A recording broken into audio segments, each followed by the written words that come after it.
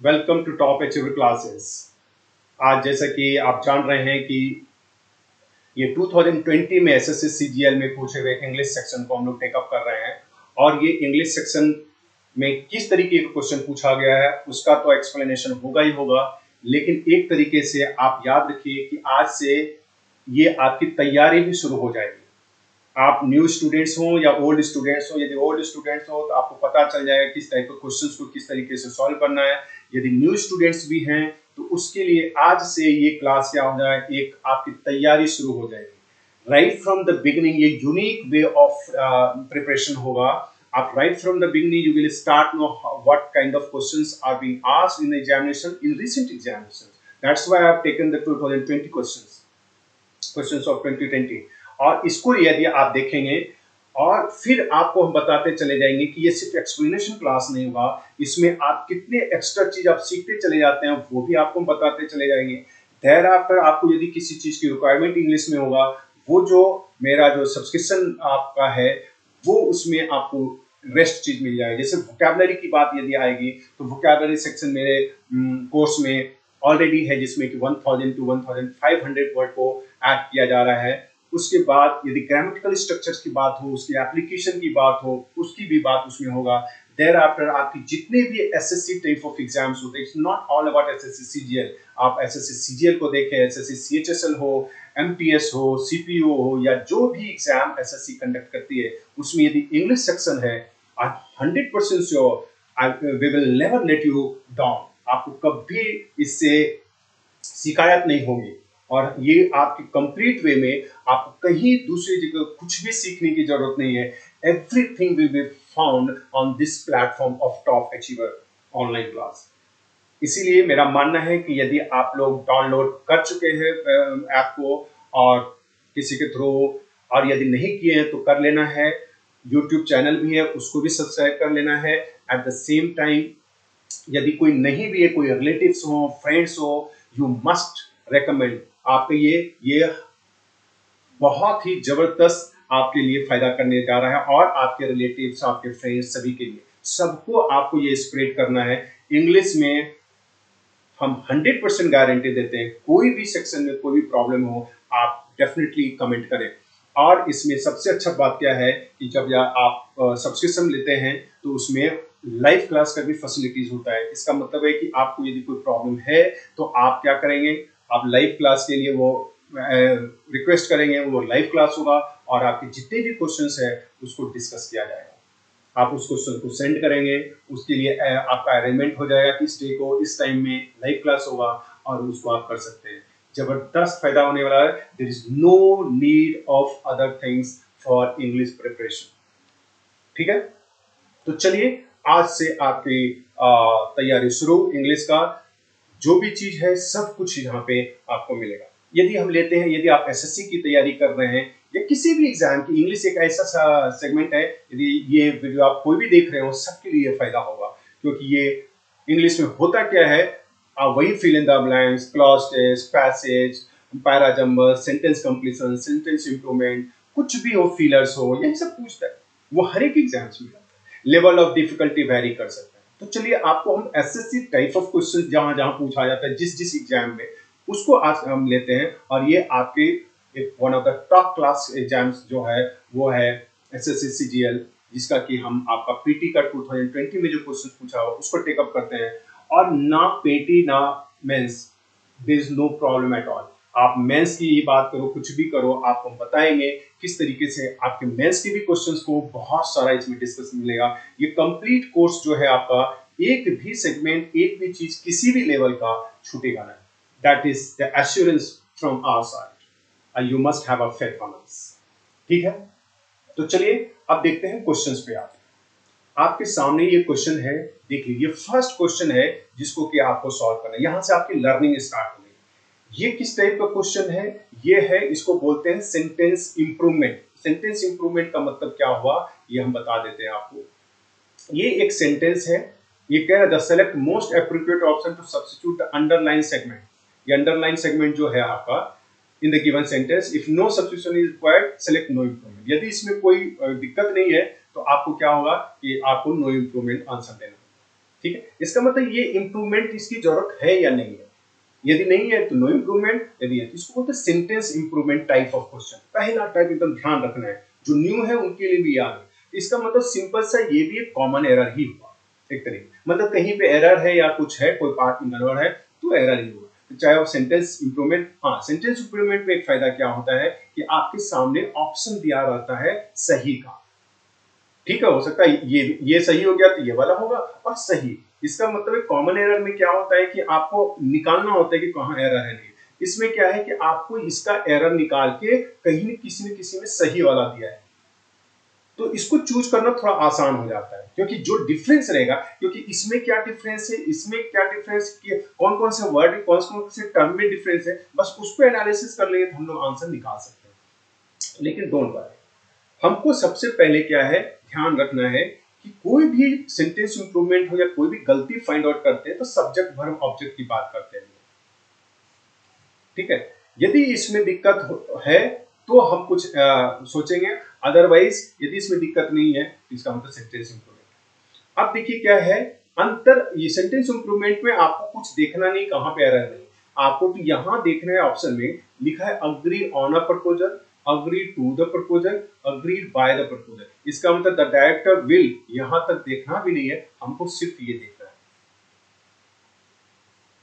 हाँ, लेकिन क्या है कि आपका ये आइडिया अभी नहीं, क्योंकि अंतर कहां है, कहते हैं क्या एग्री ऑन होगा, देखिए डिफरेंस कहां है, अग्री टू होगा या अग्री बाय होगा।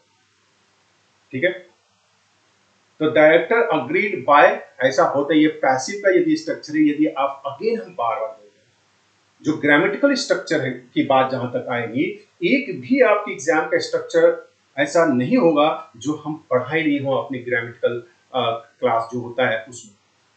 ग्रामर की जो भी क्लास है उसमें आप देखेंगे जरूर उस स्ट्रक्चर की चर्चा करें। यदि आप द डायरेक्टर विल अग्रीड कहीं होता ही नहीं है, सपोज यहां से हमको चेंज करना है, ठीक है, तो डायरेक्टर विल और अग्रीड, विल के बाद अग्रीड होता ही नहीं। यदि आप ग्रामर के थ्रू आप जाते हैं, विल के बाद वर्ब का थर्ड फॉर्म आ ही नहीं सकता, इसका मतलब ये तो ऐसे ही गया, यदि इसमें कुछ एरर है तब तो ये भी गया, तो इसका मतलब इस दोनों में कोई सही है गलत आपको देखना होगा। तो अंतर क्या है, अंतर आप देखेंगे ऑन ए है और टू द है, ये भी है एक तरीके से। यदि आप नहीं भी जानते हैं, सपोज यदि थोड़ा सा अंतर क्या है, यदि आप आर्टिकल का भी सेंस यदि आपको पता है, मोटा मोटा सेंस, ऐसा नहीं कि बहुत डीप में, तो ये निकाल सकते हैं इस क्वेश्चन का आंसर। ठीक है, नो इंप्रूवमेंट को हम नहीं लेके चलेंगे, हम लोग लेके चलेंगे कहीं ना कहीं एरर है इसमें, तो ये तीन में से कोई एक होगा, यही लेके चलते हैं, यदि थोड़ा सा रिस्क आप यदि नहीं ले, क्योंकि यहां भी द है, यहां ए है और यहां द है। ए और द में फंडामेंटल चीज है, ए जो है वो इनडेफिनिट आर्टिकल बोलते हैं इसको, मतलब उसमें कोई या किसी डेफिनेट की बात नहीं होता है, लेकिन ये पर्टिकुलर का सेंस होता है, खास नहीं। आप बताए ये जो अग्रीमेंट होगा, जो भी होगा, डायरेक्टर जो अग्री करेगा, क्या वो कोई खास प्रपोजल होगा कि कोई भी प्रपोजल होगा, इनडेफिनिट प्रपोजल जिसका कोई निश्चित प्रपोजल होगा उसके सामने उसी को अग्री करेगा वो, तो द तो होना ही होना है, द यहां भी है, द यहां भी है, इसका मतलब ए वाला ये गया। यदि आप थोड़ा सा रिस्क लेना चाहेंगे, यदि हमको ग्रामर नहीं आ रहा है अभी, तो even you if you are a tyro, यदि आप बिगिनर भी हैं तो भी आप इस क्वेश्चन को एलिमिनेट करें, यदि मोटा मोटा चीज थोड़ा सा भी अभी यदि पता हो तो हम सिर्फ क्या किए, यदि हम इसको एलिमिनेट इसको नहीं मानते, क्योंकि ज्यादातर आपको नो इंप्रूवमेंट वाला आंसर रहेगा ही, आपको कहीं ना कहीं एरर फाइंडिंग, यदि वो सही ही सेंटेंस देने लगे तो फिर वो एरर फाइंडिंग करने के लिए क्या देगा, इसको आप लेके नहीं अभी चल सकते, यदि आपको नहीं पता है, यदि आप बिगिनर है तो हम कह रहे हैं, अदरवाइज इसको तो फिर से, इसका मतलब टू द प्रपोजल हो जाएगा आंसर, ऐसे ही निकाल लेगा। Even though I do not know कि अग्री के साथ विथ होगा, कि अग्री के साथ ऑन होगा, अग्री के बाद टू होगा, क्योंकि फ्रेजल टर्म की बात है। और आप नहीं जानते होंगे, 99% स्टूडेंट नहीं जानता होगा अग्री ऑन का मतलब क्या होता है, अग्री टू भी होता है, अग्री ऑन भी होता है, अग्रीड बाय होता है तो वो पैसिव में होगा, लेकिन वो ऐसे नहीं, अग्रीड विथ कैसे, हाँ विथ होता है, बाय नहीं होता।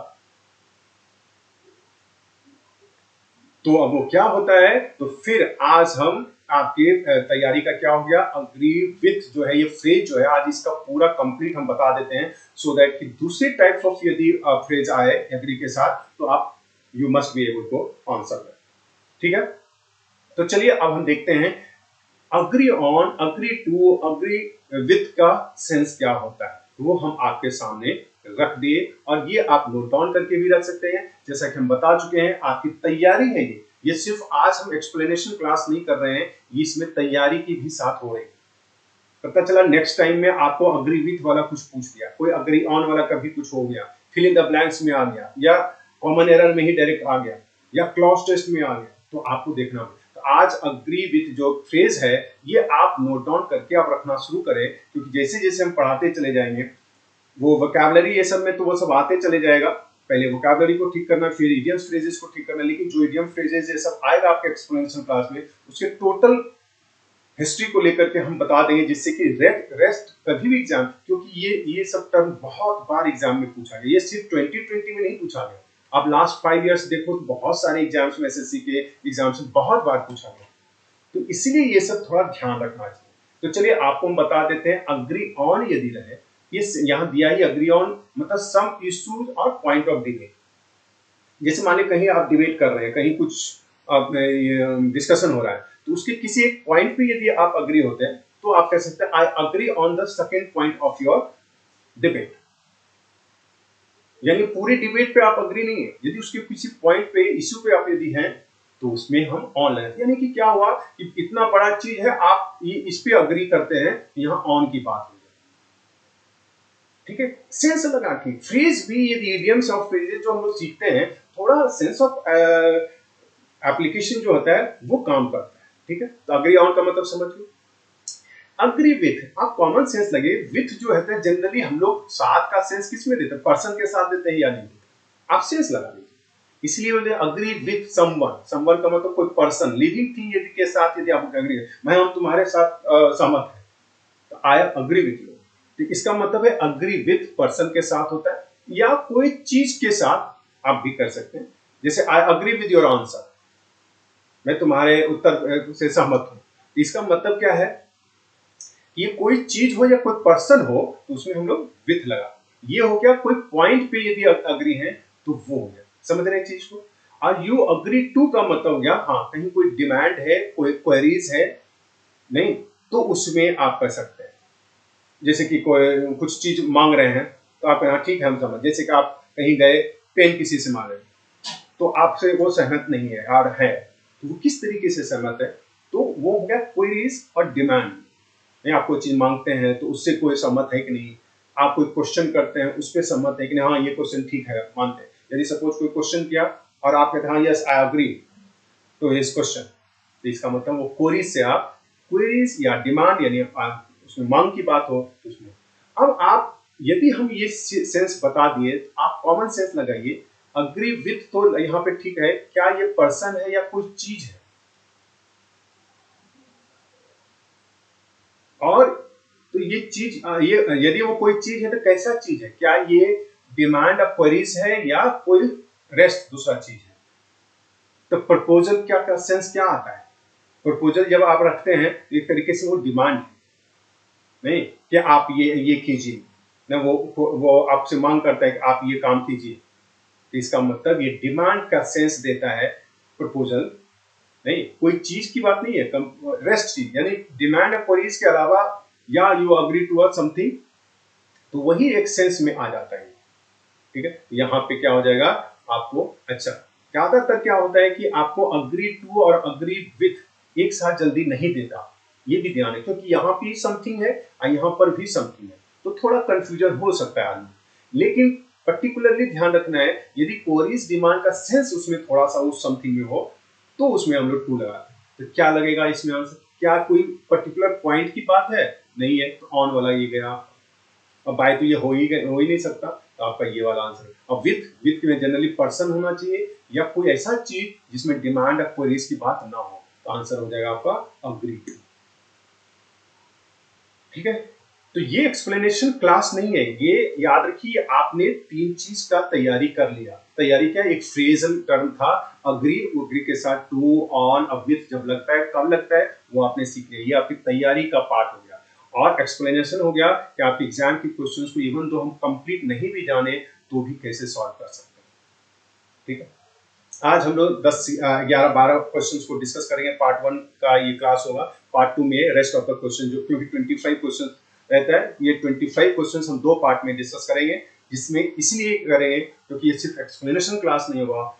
यदि आप ओल्ड स्टूडेंट हैं तो आप एक्सप्लेनेशन क्लास के रूप में इसको देखें, कैसे क्वेश्चन को डील कर सकते हैं, और उसके साथ साथ लर्निंग भी हो जाएगा। और यदि आप न्यू स्टूडेंट्स हैं, आप समझिए आज से आपको क्या सीखना है, फ्रेजेस भी सीखना है कि कौन से वर्ब के साथ कौन सा प्रीपोजिशन लगता है, जनरली इसको हम लोग फ्रेज कहते हैं, तो वो आपको ध्यान में रखना पड़ेगा। यहाँ अग्री के साथ कौन कौन सा प्रीपोजिशन लगा, ये आज सीख लिए, बस आप सीखते चलिए, मतलब एक अग्री वाला टर्म के साथ मेरा हो गया।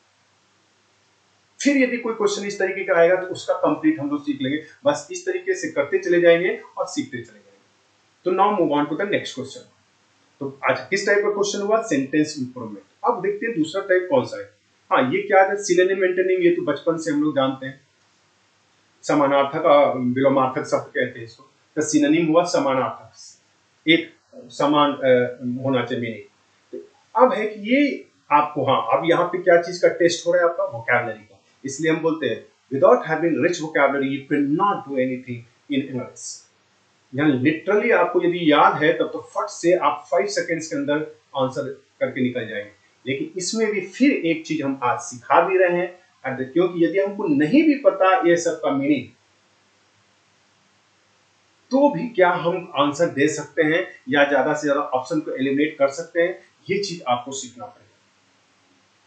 ठीक है, देखते हैं ये हो सकता है कि नहीं हो सकता। सपोज हमको ये ऑब्लिगेटरी का मीनिंग नहीं पता, हमको मैंडेटरी का पता नहीं है, रेकलेस का पता नहीं, यूजलेस का पता नहीं, अग्रेसिव। हालांकि ऐसा नहीं कि कोई भी वर्ड का मीनिंग पता नहीं होगा, ज्यादातर आदमी यूजलेस तो बोलता ही है, तुम यूजलेस हो, ये तो कॉमन सेंस है। तो ये मीनिंग एक आप जानते हो सकता है ऑब्लिगेटरी का मीनिंग नहीं जानते हो, या मैंडेटरी का, या यदि जान रहे हैं आंसर तब तो डायरेक्ट आंसर आप कर सकते हैं। सिनोनिम एंटोनिम क्या है, सिंपली है having sense of the words. यदि आपको सेंस पता है वर्ड्स का तो।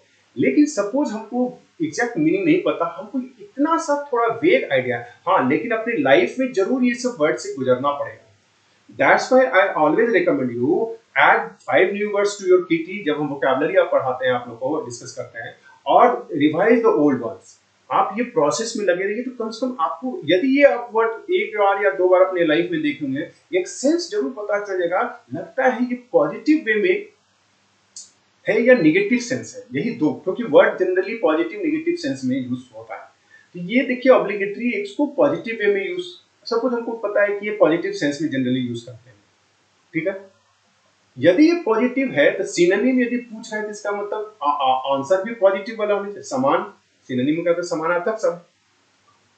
तो अब आप यहाँ पे आप थोड़ा सा दिमाग लगाइए, यदि इस चारों में यदि आपको पता कौन सा पॉजिटिव सेंस वाला वर्ड है तो हो सकता है आपका आंसर निकल जाए। तो क्या ऐसा है क्या, देखते हैं।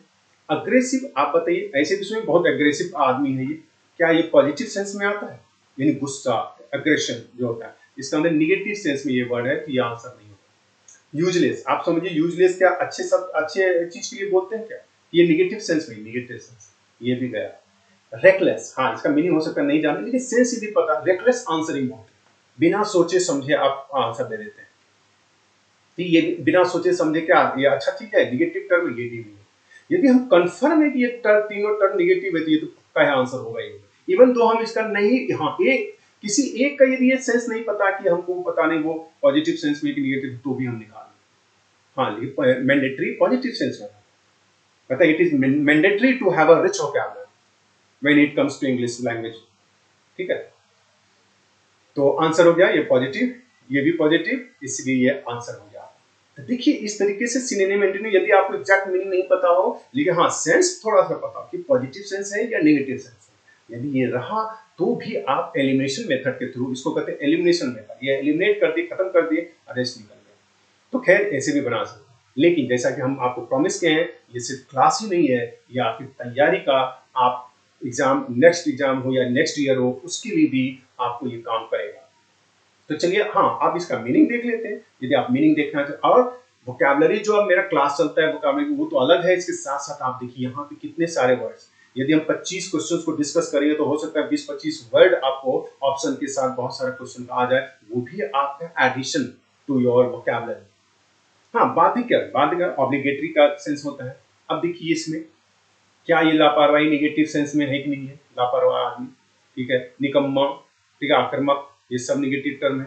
बाध्यकर या अनिवार्य, हाँ, बाध्यकर मतलब वो जो करने का है ये। जैसे ऑब्लिगेटरी मतलब respecting parents is obligatory in the society, नहीं वो है कि रेस्पेक्ट करना ही है, तो वो जरूरी नहीं कि वो एकदम 100% करना है, नहीं, ये कंपल्सन नहीं है। लेकिन ऑब्लिगेटरी बाध्यकर मतलब वो ये अनिवार्य है, वो आपको करना ही करना।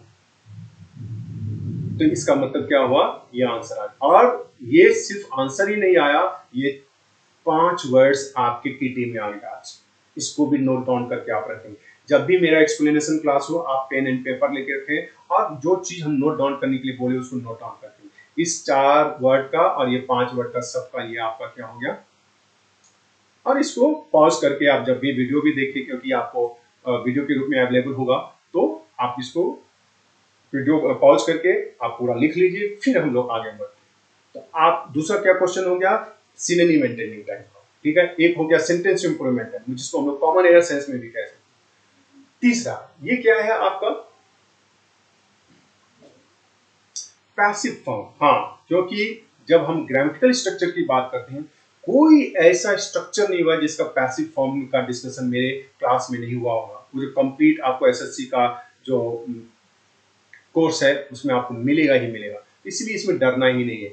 हम तो बताते हैं कि पैसिव फॉर्म को पकड़ने का सबसे अच्छा तरीका है थोड़ा सा सिर्फ वर्ब का सेंस, यदि आपको पता वर्ब कैसे ये होता है, क्योंकि एक्टिव पैसिव ये एक्टिव वाला सेंटेंस दिया है, इसको पैसिव में कन्वर्ट करना। ये बचपन में भी हम लोग इंग्लिश जब पढ़ते हैं उसमें भी सिखाया जाता है, लेकिन उतना आपको याद नहीं रखना है नियम कानून वगैरह। सिर्फ वर्ब का कैसे होता है डिफरेंस, बस उतना से, क्योंकि हमको पता है ये जो ऑब्जेक्ट है और ये सब्जेक्ट है, तो इसका ऑब्जेक्ट क्या हो जाता है, इधर सब्जेक्ट बन जाता है, और ये जो सब्जेक्ट इधर ऑब्जेक्ट बन जाता है। ये तो हमको पता है कि क्या होगा, ये टर्म जो है, जस्ट ये टर्म,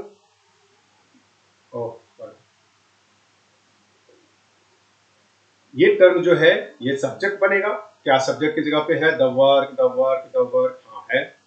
और द मैनेजर जो है बाद में आएगा, हाँ द मैनेजर है यहाँ पे, ठीक है, द मैनेजर है, द मैनेजर है, द मैनेजर है। इसका मतलब है कि एक्टिव पैसिव में एक्सचेंज किया है। यही फंडामेंटल चीज होता है 99% क्वेश्चन में, ठीक है। लेकिन हम क्या करेंगे, जब आप स्ट्रक्चर मेरा पढ़ेंगे ये सब, हमको सिर्फ देखना है ये कौन सा स्ट्रक्चर है, चाहे वो टेंस से होगा, चाहे इंपेरेटिव सेंटेंस से होगा, चाहे मॉडल वर्ब से होगा, नहीं, या कुछ टू इन्फिनिटी से होगा, बस इतना ही लगभग स्ट्रक्चर रहता है।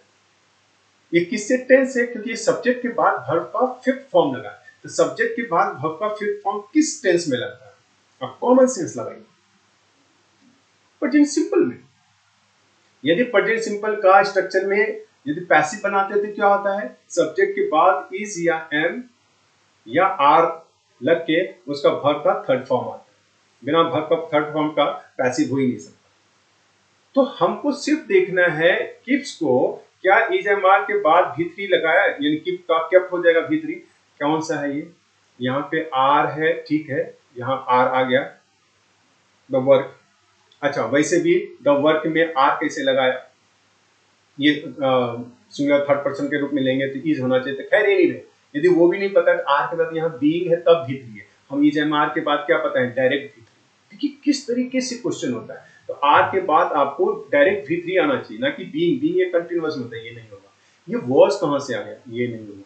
हैज बीन कहाँ से आ गया, ये प्रेजेंट का है सिंपल का, तो ये परफेक्ट वाला कहाँ से है, हाँ देखिए आपका है इज एम आर फिर भी3 हो गया। बस इतना सा याद यदि रखते कि यदि उसके वर्ब को किस तरीके से कन्वर्ट करते हैं पैसिव में, या पैसिव को एक्टिव में कैसे कन्वर्ट करते हैं, हो गया मेरा आंसर। ये हम बहुत अच्छे ढंग से अपने क्लास में जो आपका कोर्स है उसके सब वीडियो का 1 बाय 1 देखते चले जाइए। You will have tremendous advantage. कोई ऐसा क्वेश्चन आपको इंग्लिश में किसी भी लेवल का एग्जाम का वो हम अपने कोर्स में ना पढ़ाया हो ऐसा हो ही नहीं सकता, इसलिए you must have a faith on अस।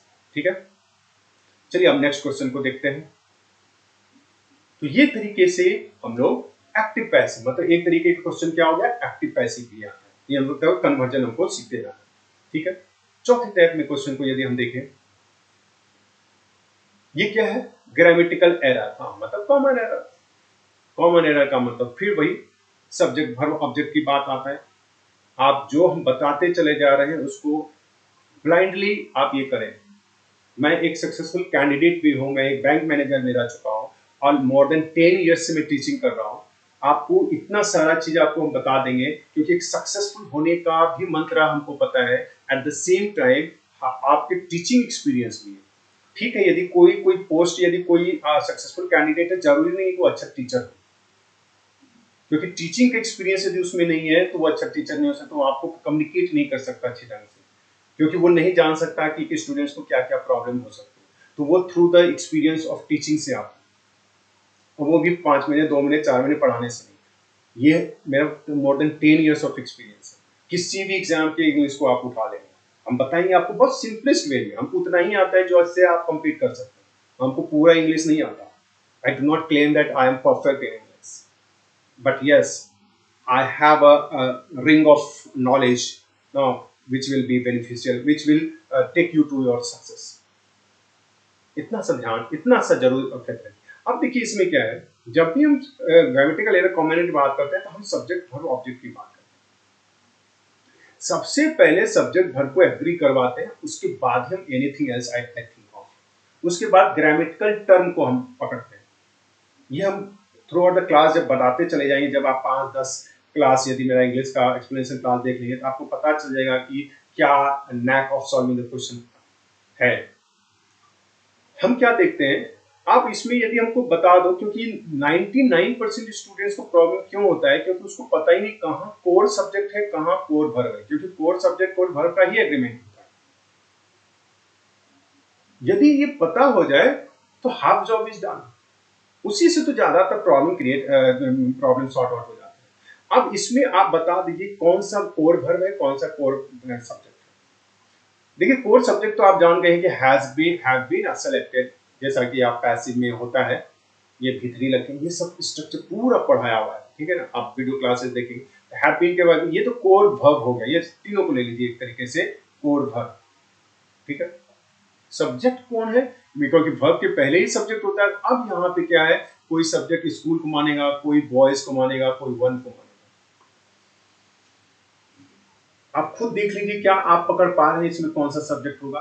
हाँ, एक अंडरस्टैंडिंग पॉइंट ऑफ व्यू से भी करते हैं, यदि आप if you are well read, यदि इंग्लिश आप बहुत पढ़ते हैं, रीडिंग करते हैं, तो आप ग्रामर नहीं भी जानते तो एक सेंस आ जाएगा कि इसमें किसको सब्जेक्ट माना। लेकिन आपको नहीं पता तो आप ग्रामेटिकली, आज हम एक बहुत बड़ा मंत्र दे रहे हैं, ये आप सीख के रखिए, बहुत काम आएगा। सब्जेक्ट पकड़ने का सबसे अच्छा कारण है कि कोई भी टर्म यदि प्रीपोजिशन के बाद आता है, वो ऑब्जेक्टिव, प्रीपोजिशनल ऑब्जेक्ट बोलते हैं, वो ऑब्जेक्ट हो जाता है एक तरीके से, आप समझिए वो सब्जेक्ट हो ही नहीं सकता। अब आप बताइए इसमें सबसे पहला प्रीपोजिशन कौन है, यहां तक ये पूरा सब्जेक्ट का जगह है।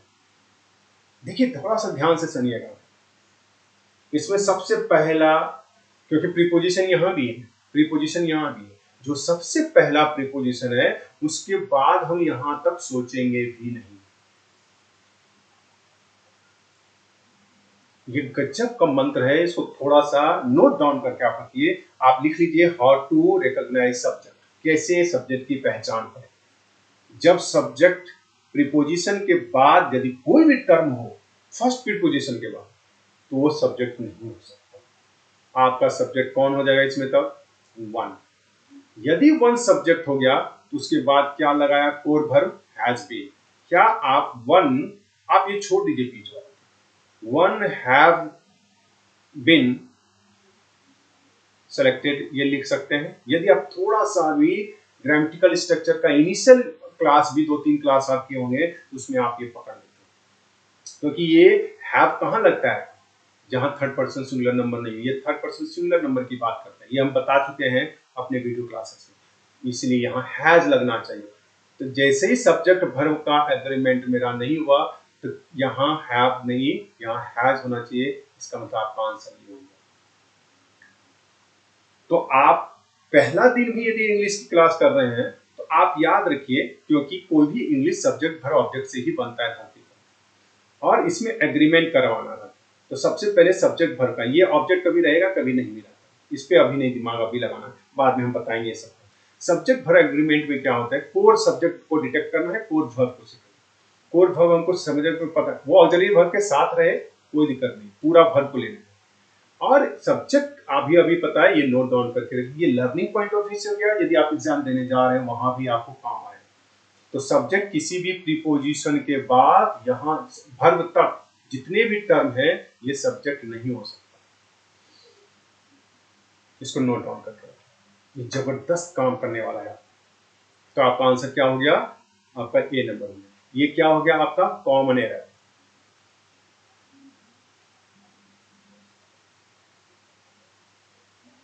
समझ गए, एक टाइप का क्वेश्चन क्या है कॉमन एरर, कभी सिनोनिम एंटोनिम आपको पूछ रहा है, कभी सेंटेंस इंप्रूवमेंट पूछ रहा है। तो इस तरीके से हम लोग सॉल्व करते जाते, एकदम समझते चलिए। ये सिर्फ एक्सप्लेनेशन क्लास नहीं है, जो न्यू स्टूडेंट्स हैं उसके लिए लर्निंग है, जो इवन ओल्ड स्टूडेंट्स हैं उसके लिए भी एग्जाम में किस तरीके से काम आएगा आप बहुत अच्छी ढंग से समझ सकते हैं। और you must subscribe our top achiever online class में जो कोर्स है उसको सब्सक्राइब जरूर करें। उस प्लेटफॉर्म को सबसे पहले डाउनलोड करके आप उसमें ज्वाइन करें उस ऐप में।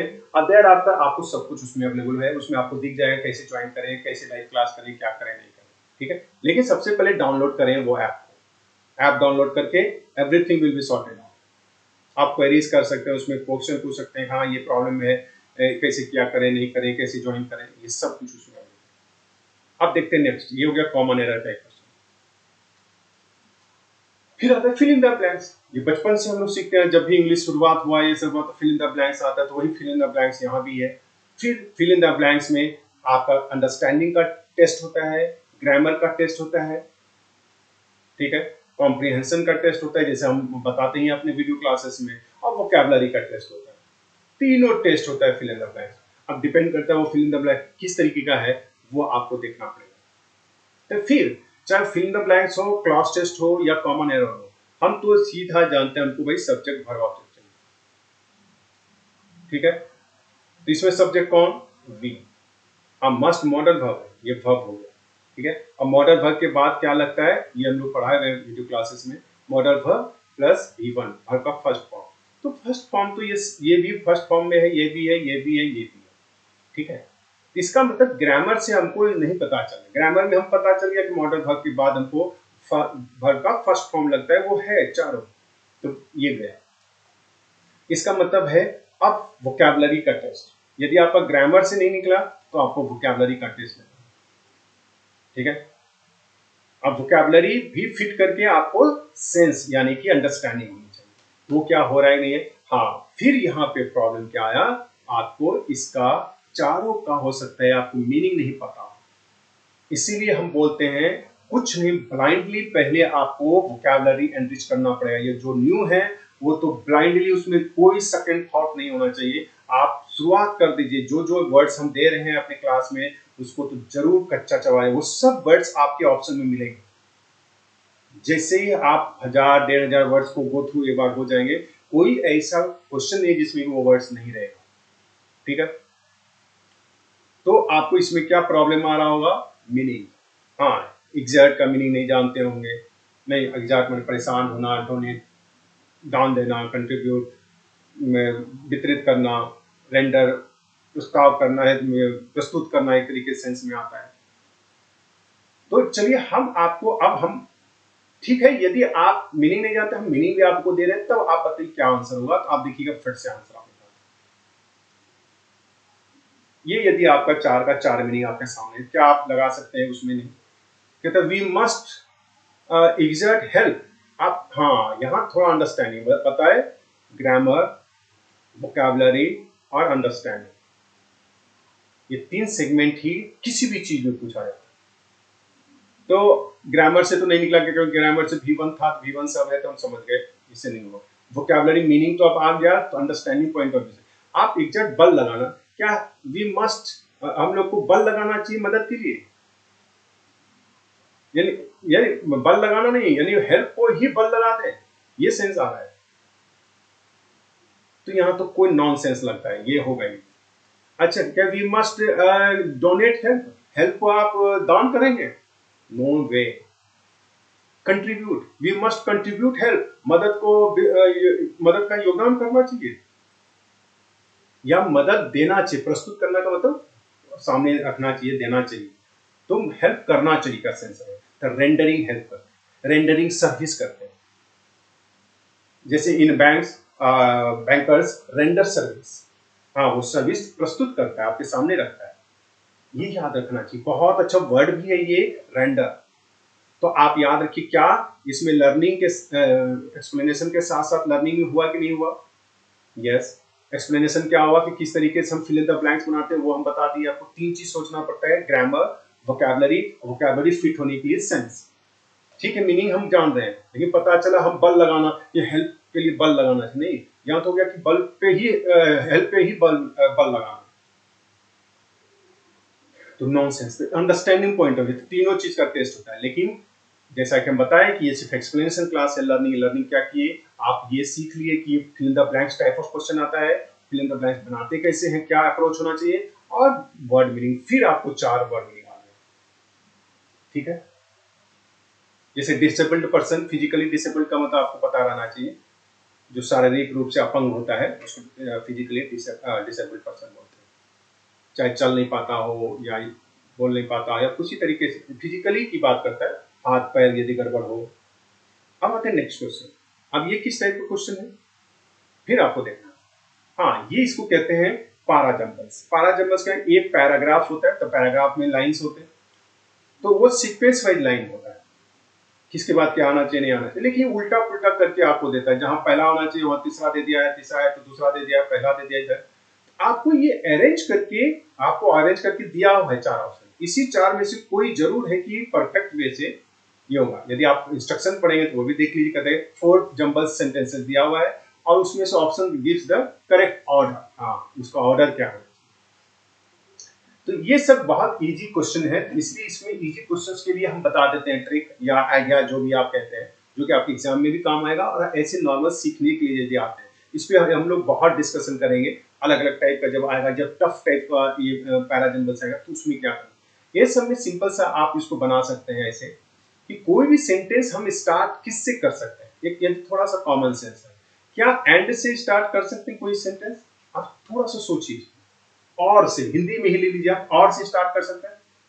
और राम बहुत अच्छा लड़का है, ऐसा बोल सकते हैं? नहीं बोल सकते।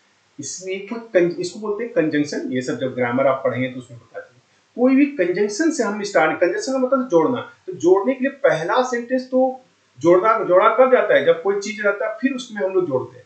ये जोड़ने वाला टर्म बीच में आता है, ना कि सबसे पहले आता है। तो सबसे पहले कंजंक्शन का यदि टर्म यदि आपको पता है तो उससे नहीं होता। कोई भी टर्म प्रीपोजिशन से नहीं स्टार्ट होता, प्रीपोजिशन कहते हैं, प्रोनाउन से।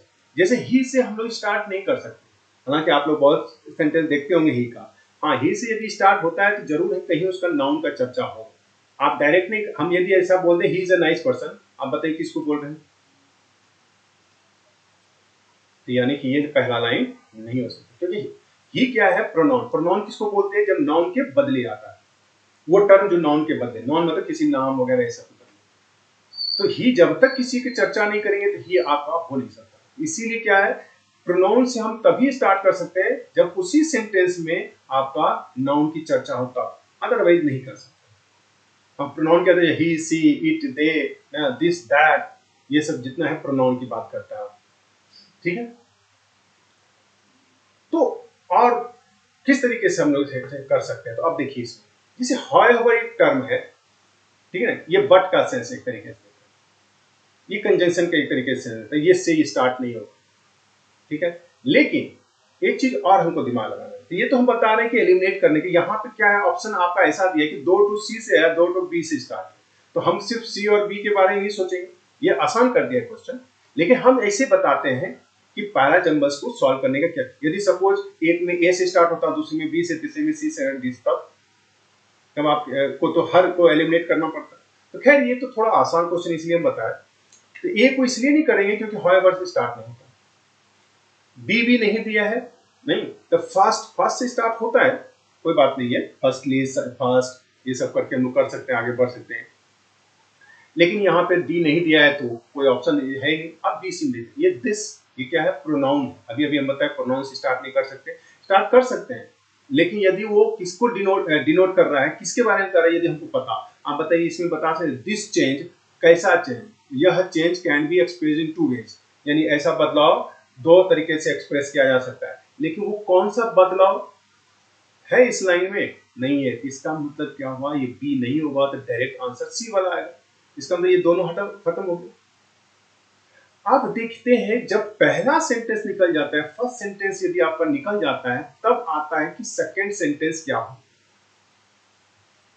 सेकंड सेंटेंस कहते हैं क्या कि इसमें कोई कीवर्ड्स होता है या इसी का कंटिन्यूएशन होता है। यदि यहाँ पे किसी चीज की चर्चा हुआ हो और वही टर्म यहाँ पे सेकंड में यूज हुआ होगा, इसका मतलब लिंक है, इसको कहते हैं कीवर्ड्स, उसको भी हमको पहचानना पड़ता है। तो एक तो पहला सेंटेंस निकालने से क्या पे पहुंच गए, हम लोग सी पे पहुंच गए। सी में दो ऑप्शन है, अब इसमें ए होगा इसी के बाद या बी होगा, ये सोचना पड़ेगा। इस लाइन को थोड़ा पढ़ना पड़ता है, इसलिए यहाँ पे थोड़ा अंडरस्टैंडिंग, यहाँ पे वर्ड वोकैबुलरी और ग्रामर से ज्यादा काम आता है अंडरस्टैंडिंग। ठीक है, तो अब वो क्या अंडरस्टैंडिंग है वो देखते हैं। तो अब यदि हमको सी और सी के बाद कहीं ए दिया है कहीं बी दिया है, तो सी को हम पढ़ेंगे, growth of population refers to the change in the number of inhabitants of a country. ठीक है, और यदि ए में देखें, however the rate of population increase another important factor to consider, ये भी है। और दूसरा है बी, यदि हम पढ़ें this change can be, फिर वही ये this change, देखिए यहाँ है और एक चेंज यहाँ है, population refers to the change, हाँ उस चेंज को रेफर करता है। उसके बाद सेंटेंस क्या होना चाहिए, दिस चेंज, क्योंकि ये कीवर्ड्स मैचिंग कहते हैं, कीवर्ड मैच कर गया, इसका मतलब है मेरे पास क्या होना चाहिए, सी के बाद बी। हाँ, सी के बाद एक ही ऑप्शन है बी, इसका आंसर हो जाएगा बी। ये और चलेगा, चिंता नहीं करना है आपको, कीवर्ड्स के साथ या थोड़ा सा समझदारी के साथ कैसे हम फर्स्ट सेंटेंस निकालेंगे, कैसे उसके बाद का सेंटेंस निकालेंगे। ये कभी कभी लास्ट सेंटेंस को भी देखने से पता चले, क्योंकि वो कंक्लूडिंग रिमार्क्स होता है। नहीं, कंक्लूडिंग रिमार्क्स जनरली हाउएवर वगैरह से हम लोग करते भी हैं, हाउएवर द रेट ऑफ, यानी उल्टा बोल रहे हैं, पहले सीधा बोले उसके बाद उल्टा। ये सब आगे हम लोग और डिस्कस करें। तो ये छोटा सा आज हम बताएं कैसे पहला सेंटेंस निकालना है, ठीक है, और किस तरीके से आगे फिर करना है, फिर कीवर्ड्स को कैसे मैचिंग करते हैं। ये अभी दो चीज आप याद रखिए। कौन सा टाइप का क्वेश्चन हुआ, पैरा जंबल्स हुआ, ये पूछता है एग्जाम में, सभी एग्जाम्स में पूछता है। हाँ, अब इसको कहते हैं क्लॉज टेस्ट। ठीक है, क्लॉज टेस्ट क्या होता है,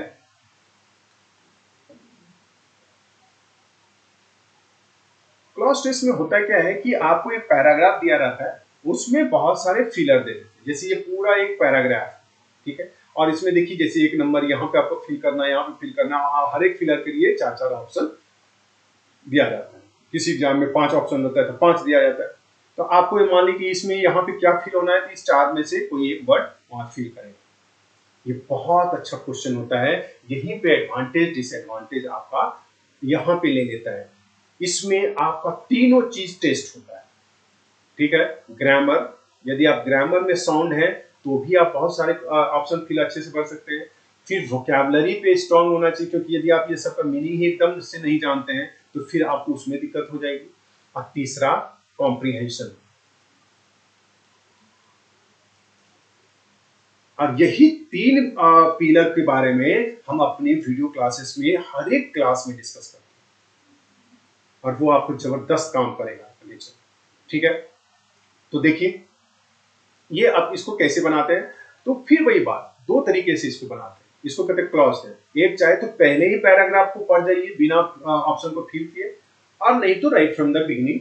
ठीक है, तो ठीक है, आज हम राइट फ्रॉम द बिगिनिंग ही कर देते हैं फिल करना, फिर हम और सब क्लास में बताएंगे। जब हम कोई टफ पैसेज रहेगा तो उसको पहले पढ़ लेते तो सेंस समझ में आता, तब उसके बाद हम, क्योंकि यदि पैसेज का टोन निगेटिव सेंस में है हम लोग निगेटिव वाला वर्ड सब ढूंढेंगे, यदि पॉजिटिव सेंस में है तो पॉजिटिव वाला वर्ड हम लोग ढूंढेंगे।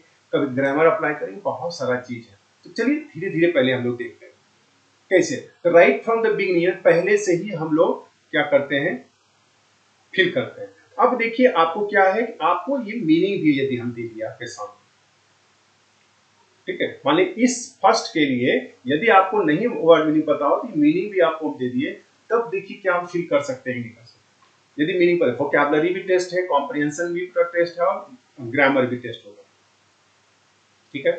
अब हम लोग देखते हैं क्या कर सकते हैं। कहते हैं communication plays a dash role in the overall development of man. आप एक लाइन आप पढ़ के आप बताइए पॉजिटिव सेंस में सेंटेंस है या नेगेटिव सेंस।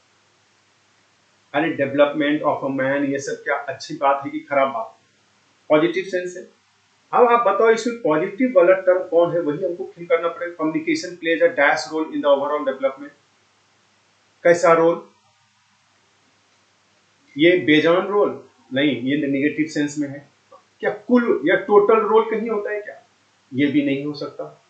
बेटर कब लगाते हैं, बेटर लगाते हैं कंपैरिजन जब होता है, कंपैरेटिव टर्म, ये जैसे गुड बेटर बेस्ट, ये सब जब आप ग्रामेटिकल टर्म आप समझेंगे पढ़ेंगे तब आपको समझेंगे। तो बेटर लगाते हैं जब कंपैरिजन की बात हो, यहाँ कहीं से किसी से कंपैरिजन हो रहा है क्या, नहीं, ये भी गया। तो इसका मतलब है आपका वाइटल रोल, महत्वपूर्ण रोल अदा करेगा, ये बोलते हैं कि नहीं बोलते। तो इसका मतलब यहाँ पे आपका क्या आंसर, वाइटल रोल, यानी सी नंबर आंसर। मतलब हम इस लाइन को समझ गए पॉजिटिव सेंस में, तो पॉजिटिव वाला लाइफलेस तो नहीं हो, बेटर कंपैरिजन सेंस में नहीं यूज करते हैं, बेटर वगैरह सब यदि करते हैं तो सेंस आना चाहिए कि किसी से डायरेक्टली या इनडायरेक्टली कंपैरिजन हो रहा है। यहाँ तो कोई, ये तो कहते हैं कम्युनिकेशन जो है संचार की बात जब आती है, कहता है वाइटल रोल, ये मुख्य रोल प्ले करता है, महत्वपूर्ण रोल प्ले करता है, ठीक। अब देखते हैं दूसरा ऑप्शन, वही पैराग्राफ है, उसमें दूसरी जगह पे अब हम क्या फील कर सकते हैं। तो ये तो हो गया vital role in the world. अब कहते हैं it can be learned by our dash effort. फिर वही बात, क्या पॉजिटिव सेंस में यूज करें या नेगेटिव सेंस में यूज करें। तो कहते हैं इसको सीखा जा, इसको जाना जा सकता है, नहीं, बाय आवर डैश एफर्ट। हाँ, किस एफर्ट का मतलब प्रयास, तो कैसा प्रयास होना चाहिए। यदि पॉजिटिव सेंस में है तो पॉजिटिव प्रयास की बात करें। आप बताइए इसमें कौन सा सेंस आना चाहिए। हाँ, लेकिन आपको पता है इसमें पॉजिटिव वाला वर्ड और नेगेटिव वाला वर्ड कौन कौन सा है, ये नेगेटिव सेंस में देता है। यदि हमको नहीं भी मीनिंग पता है, ये भी नेगेटिव सेंस देता है। यही दो ये है जो हमको फील करा सकता है। अब इसमें आपको थोड़ा सा अंडरस्टैंडिंग वाला चीज चाहिए। देखिए तीनों चीज का खेल हो रहा है, वोकैबुलरी, ग्रामर और ये, ठीक है। आवर डैश एफर्ट,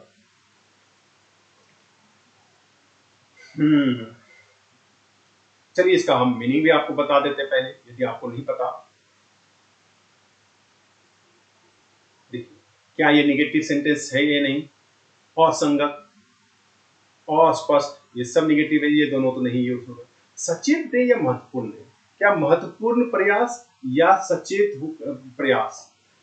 हाँ, यहाँ पे दोनों फिट हो सकता है, एफर्ट्स में दोनों इंपॉर्टेंट एफर्ट भी हम लोग बोलते हैं, कॉन्शियस एफर्ट भी हम लोग बोलते हैं, यानी कि समझदारी का एफर्ट। तो कैसे लगाएंगे, जरूरी किसी लाइन में या इसके पहले या बाद वाले से कोई टर्म नहीं, पहले इस लाइन को समझिए। It can be learn, learn का मतलब है सीखना, जानना। तो जानते हैं आप सचेत होकर के कि महत्वपूर्ण प्रयास से जानते हैं, नहीं सचेत होकर के जो आप प्रयास करते हैं उसमें लर्निंग आती है। जैसे अभी आप कॉन्शियस होकर के पढ़ रहे होंगे, अभी सचेत होंगे, अलर्ट होंगे कि हाँ क्या हो रहा है, नहीं हो रहा है, तो आप सीखते हैं उससे। यही टर्म आपको इंडिकेट कर देता है कि आप कैसे इसको फील करेंगे। तो आंसर हो जाएगा 3। यहीं पे आप में और एवरेज स्टूडेंट और जो अच्छे स्टूडेंट है उसमें डिफरेंस यहीं पे आ जाता है। क्या ठीक है, आप पॉजिटिव नेगेटिव सेंस से 2 पे आ गए, लेकिन 50-50 का चांस है इसमें। यदि थोड़ा सा अंडरस्टैंडिंग पॉइंट ऑफ व्यू से है, जरूर वो कोई ना कोई टर्म आपको इंडिकेट करता है वहां पे कि कौन सा वर्ड वहां पे आना चाहिए, ये चीज आपका रहेगा इसमें, ठीक है। फिर हम देखते हैं नेक्स्ट, और वर्ड मीनिंग याद रखिए। फिर इसके पहले भी चारों का वर्ड मीनिंग हम बताए, इस चारों का वर्ड मीनिंग हम बता रहे हैं। यदि नहीं पता हो तो हम वर्ड मीनिंग भी आपका लर्निंग प्रोसेस में जा रहा है। ये एक्सप्लेनेशन क्लास ही नहीं है, आपकी प्रिपरेशन का प्रोसेस भी शुरू हो गया है। एट द सेम टाइम जो ओल्ड स्टूडेंट है उसके लिए तो रामबाण का काम करेगा ये आपके एग्जाम में। फिर देखते हैं इसमें तीसरी ब्लैंक में हम लोग क्या फील कर सकते हैं। यहाँ तक क्या हुआ था, पॉजिटिव सेंस में हम लोग ले रहे थे, कॉन्शियस एफर्ट लगाया। Today success in our professional life depends on, हम लोग का जो प्रोफेशनल लाइफ है उसका सक्सेस डिपेंड्स करता है किस पे, on our dash to read. हाँ, अब आप बताइए पॉजिटिव सेंस में या निगेटिव सेंस में? तो यहाँ पे ये भी वर्ड पॉजिटिव सेंस में है, ये भी पॉजिटिव सेंस में कह सकते हैं, ये पॉजिटिव निगेटिव वैरायटी तो ना पॉजिटिव निगेटिव किसी में नहीं। एजिलिटी एक पॉजिटिव ही सेंस मान सकते हैं इसमें, फुर्तीलापन यदि आप कहते हैं उसको। तो मोर और लेस इसमें पॉजिटिव वाला टर्म तो है सब। तो आप क्या आएगा, ग्रामर यदि अप्लाई करेंगे तो आपको पता होना चाहिए के बाद नाउन के रूप में आना चाहिए वर्ड सब, तो ये सब लगभग नाउन है, ठीक है। तो वो भी ग्रामर भी गया, फेल हो गया आपका, ये भी पॉजिटिव निगेटिव भी फेल हो गया। अब आते हैं अंडरस्टैंडिंग। हाँ, अब दिखता है फिर वही इस लाइन को ही पढ़िए, सक्सेस हमारे प्रोफेशनल लाइफ का सक्सेस डिपेंड करता है on our dash to read, पढ़ने लिखने और बोलने, वेल अच्छा बोलने लिखने की किस पर, हमारी फैसिलिटी पे, सुविधा पे, एजिलिटी फुर्तीलापन पे, जितना फुर्तीलापन से हम पढ़ते हैं कि हमारी क्षमता पे, ये क्षमता की बात होता है। अब वैरायटी प्रकार के अब आप देखिए, अब आपको वर्ड मीनिंग हम देते हैं, तब आपको समझ में आ जाएगा क्या यहाँ पे। अब बताइए हमारा जो प्रोफेशनल लाइफ है वो सक्सेसफुल कब होगा, कैसा क्या होना चाहिए, हमारी योग्यता पे, हमारी क्षमता पे, हम कैसे पढ़ते हैं, रहते हैं अच्छे से पढ़ते हैं लिखते हैं कि नहीं। यहाँ एबिलिटी आंसर यानी ए नंबर आंसर। तो यहाँ थोड़ा सा अंडरस्टैंडिंग की बात था कि हमारे पढ़ने की योग्यता पर, हमारे पढ़ने की क्षमता पर डिपेंड करता है प्रोफेशनल लाइफ का सक्सेस। एकदम निश्चित रूप से आप भी सक्सेसफुल तभी होंगे जब आपकी पढ़ने की क्षमता नहीं, आपको लिखने की क्षमता, आपको बोलने की क्षमता होगी, तभी आप सक्सेसफुल होंगे कि नहीं। देखिए कितना कॉमन चीज पूछता है यदि इसका, लेकिन इंग्लिश में यही दिक्कत है क्या कि अंडरस्टैंडिंग पॉइंट ऑफ व्यू से यदि दिक्कत है तो कुछ क्वेश्चन नहीं बनेंगे आपके, ठीक है। फिर हम देखते हैं, हाँ यहाँ पे आपका प्योर ये क्या है, ग्रामर का सेंस। देखिए ये ग्रामेटिकल टर्म है, इसका मतलब ग्रामर का यहाँ पे टेस्ट है आपका। वहां तो अंडरस्टैंडिंग का कहीं पे देख लिया, कहीं वोकैबुलरी का टेस्ट कर लिया, तो कहीं आपका ग्रामर से डायरेक्ट कौन सा टू लगेगा कि बाय लगेगा, अगेंस्ट लगेगा का प्रॉब्लम। फिर वही देखते हैं right and speak well which results in effective communication, ठीक है। यहाँ तक खत्म हो गया sentence. Barriers dash communication hinder the communication process. हाँ, कहता है कि बैरियर्स जो होता है, बैरियर्स मतलब बाधा भी, कम्युनिकेशन के लिए, संचार के लिए, हिंडर्स मतलब वही बाधित करता है, द कम्युनिकेशन प्रोसेस यानी संचार के प्रक्रिया को वो बाधित करता है। तो बैरियर्स अगेंस्ट कम्युनिकेशन या बाय कम्युनिकेशन या फ्रॉम कम्युनिकेशन या टू कम्युनिकेशन। हाँ, यहाँ पे आप लोग को थोड़ा सा दिक्कत होगा क्योंकि ये सब का आपको सेंस नहीं पता, कहाँ टू यूज करते हैं जनरली, बाय कहाँ, अगेंस्ट कहाँ। ये सब अगेंस्ट होता है किसी के विरुद्ध, तो क्या कम्युनिकेशन के विरुद्ध बैरियर, कम्युनिकेशन द्वारा बैरियर कि कम्युनिकेशन के लिए या कम्युनिकेशन का जो बाधा होता है वो सेंस में आएगा। हाँ, लेकिन अब है कि आपको इसका भी मीनिंग आप हम रख देते हैं जनरली सेंस में क्या आता है। टू का मतलब को, का, ये सब के लिए का भी कभी कभी सेंस आ जाता है, ठीक है। ये तो कम्युनिकेशन का बैरियर हम लोग बोलेंगे जो कि बाधा करता है, नहीं। और बाय द्वारा, कम्युनिकेशन द्वारा, कम्युनिकेशन विरुद्ध, कम्युनिकेशन से बैरियर नहीं, कम्युनिकेशन का जो बैरियर है नहीं वो बाधित करता है, तो उसको हम लोग बोलते हैं। तो आंसर हो जाएगा ए नंबर। तो ये थोड़ा ग्रामेटिकल टर्म है, इसके बारे में थोड़ा पता है। देखिए अब क्या क्या आप नहीं जानते हैं वो क्या पूछ रहे हैं, आपका कहाँ फोकस डालना है, इसका मतलब हमको प्रीपोजिशन पे भी दिमाग लगाना है जब हम लोग लर्निंग करते हैं कोई। ये सब हम जो कोर्स है वो सब में ये सब डिस्कस करते हैं और आपको बताते चले जाते हैं, ठीक है। फिर देखते हैं एक और है इसमें 5 नंबर में फिल में हम लोग क्या फिल कर सकते हैं। हाँ, तो वो कह रहे हैं barriers to communication hinder communication, it is very important to dash these barriers. हाँ, कहते हैं ये बहुत जरूरी है इन बैरियर्स को क्या करना, इंपॉर्टेंट है बैरियर्स को क्या रखना या हटाना का सेंस, आप कॉमन सेंस लगा, क्योंकि बैरियर्स क्या कर रहा है, दिक्कत कर रहा है कम्युनिकेशन प्रोसेस में, तो बैरियर को आप हटाना चाहेंगे कि रखना चाहेंगे, क्या महत्वपूर्ण है। नहीं कहता it is important to keep away from bad companies, बुरे संगत से दूर रहना चाहिए। तो वो कब है, तो दीज बैरियर्स की बात करता है। तो बैरियर्स को क्या करना चाहिए, हटाने का सेंस मतलब निगेटिव टर्म हमको देना पड़े, क्या स्ट्रेंथन करना चाहिए। स्ट्रेंथन का मतलब हाँ मीनिंग, फिर यहाँ वोकैबुलरी का भी थोड़ा टेस्ट, बहुत को स्ट्रेंथन का स्ट्रेंथ से, स्ट्रॉन्ग से याद रखना, मजबूत करना। क्या बैरियर्स को मजबूत करना है, बाधा वाला चीज को मजबूत करने से वो इंपॉर्टेंट चीज है नहीं, उसको दूर करने। तो ये स्ट्रेंथन पॉजिटिव टर्म यहाँ पे यूज नहीं है, सक्सीड भी यहाँ पे यूज नहीं है। अब वैसे भी ग्रामर में इंपॉर्टेंट टू के बाद भी 3 या भी 2 नहीं लगता। देखिए ये ग्रामर से एलिमिनेट हो गया। टू के बाद V1 हम लगा सकते हैं, टू के बाद यहाँ V1 लगा सकते हैं, ये भी V1। तो ये स्ट्रेंथन तो पॉजिटिव वर्ड नहीं यूज होता, ठीक है। हटाने का बात कर रहा है, सक्सीड तो नहीं वो यूज हुआ, ये तो ग्रामर से भी हट गया। सक्सीड फिर पॉजिटिव, यानी सक्सीड करना चाहिए ये बैरियर्स को, क्या क्रिएट करना चाहिए। हाँ ये इंपॉर्टेंट है कि बैरियर को और क्रिएट करें। यदि बैरियर प्रॉब्लम क्रिएट कर रहा है कम्युनिकेशन प्रोसेस में, तो बैरियर को हटाना चाहिए। तो उसको क्रिएट क्यों करना चाहिए, ओवरकम। ओवरकम का मतलब होता है आपको हटाना, कोई भी चीज को दूर करना, ठीक है। तो चलिए देखते हैं आपका मीनिंग, मजबूत बनाना, पर काबू पाना, सफल होने का और सृजन करना। तो भाई काबू पाना यानी उस बैरियर्स पे काबू पाना, नहीं उसको दूर करना, ये चीज हो जाता है। तो आप फिर ये मीनिंग भी आपको दे रहे हैं, ये सिर्फ एक्सप्लेनेशन क्लास नहीं है, आपका तैयारी शुरू हो गया। यदि आप बिगिनर्स भी हैं तो भी ये आप किसी भी बिगिनर्स को रेकमेंड कर सकते हैं, ये सब की तैयारी आपकी शुरू हो जाएगी इसी क्लास से। और इसका सेकेंड पार्ट जो होगा वो अवेलेबल होगा ऐप में, उसको आप लोग जरूर देख लेंगे। यूट्यूब चैनल पे भी कुछ कुछ वीडियोस आपको अवेलेबल होगा, वहां पे भी आप लोग देख सकते हैं, ठीक है। तो ये हो गया आपका क्लॉज टेस्ट, यानी 5 के 5 क्वेश्चंस पूछे जाते हैं, कभी कभी 6 क्वेश्चन हो जाता है, मैक्सिमम 10 क्वेश्चन तक जा सकता है, ठीक है। ये डिपेंड करता है कि किस तरीके का चीज है। तो ये क्लॉज टेस्ट टाइप का क्वेश्चन हुआ, जिसमें एक पैराग्राफ रहता है, उसमें 5 फिलर्स हो या 10 फिलर्स हो, 6 फिलर्स हो, उसका ऑप्शन रहते हैं, उसमें ग्रामर, वोकैबुलरी, ये सब कुछ आपको स्ट्रॉन्ग करना है। एक लास्ट क्वेश्चन हम लोग और देख लेते हैं इसको भी। हाँ ये क्या कह रहा है, ग्रामेटिकल एरर, फिर वही कॉमन एरर जिसको हम लोग बोलते हैं। कॉमन एरर में तो हम सबसे पहले बता चुके हैं, सब्जेक्ट वर्ब ऑब्जेक्ट, हमको इसके अलावा कुछ नहीं आता। सबसे पहले कोर सब्जेक्ट कोर वर्ब को डिटेक्ट करेंगे, उसका एग्रीमेंट करेंगे, वो ठीक होगा तब हम ऑब्जेक्ट वगैरह या कुछ एक्स्ट्रा चीज को सोचेंगे। इसमें सब्जेक्ट कौन,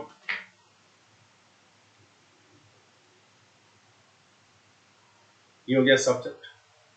वर्ब कौन, ये कैन स्विम वर्ब हो गया, ठीक है, ये सब्जेक्ट वर्ब हो गया। वेरी फास्ट यहाँ हो गया आपका एडवर्ब का सेंस होता है। ये हो गया एक सेंटेंस, और जितना सेंटेंस उतना सब्जेक्ट वर्ब।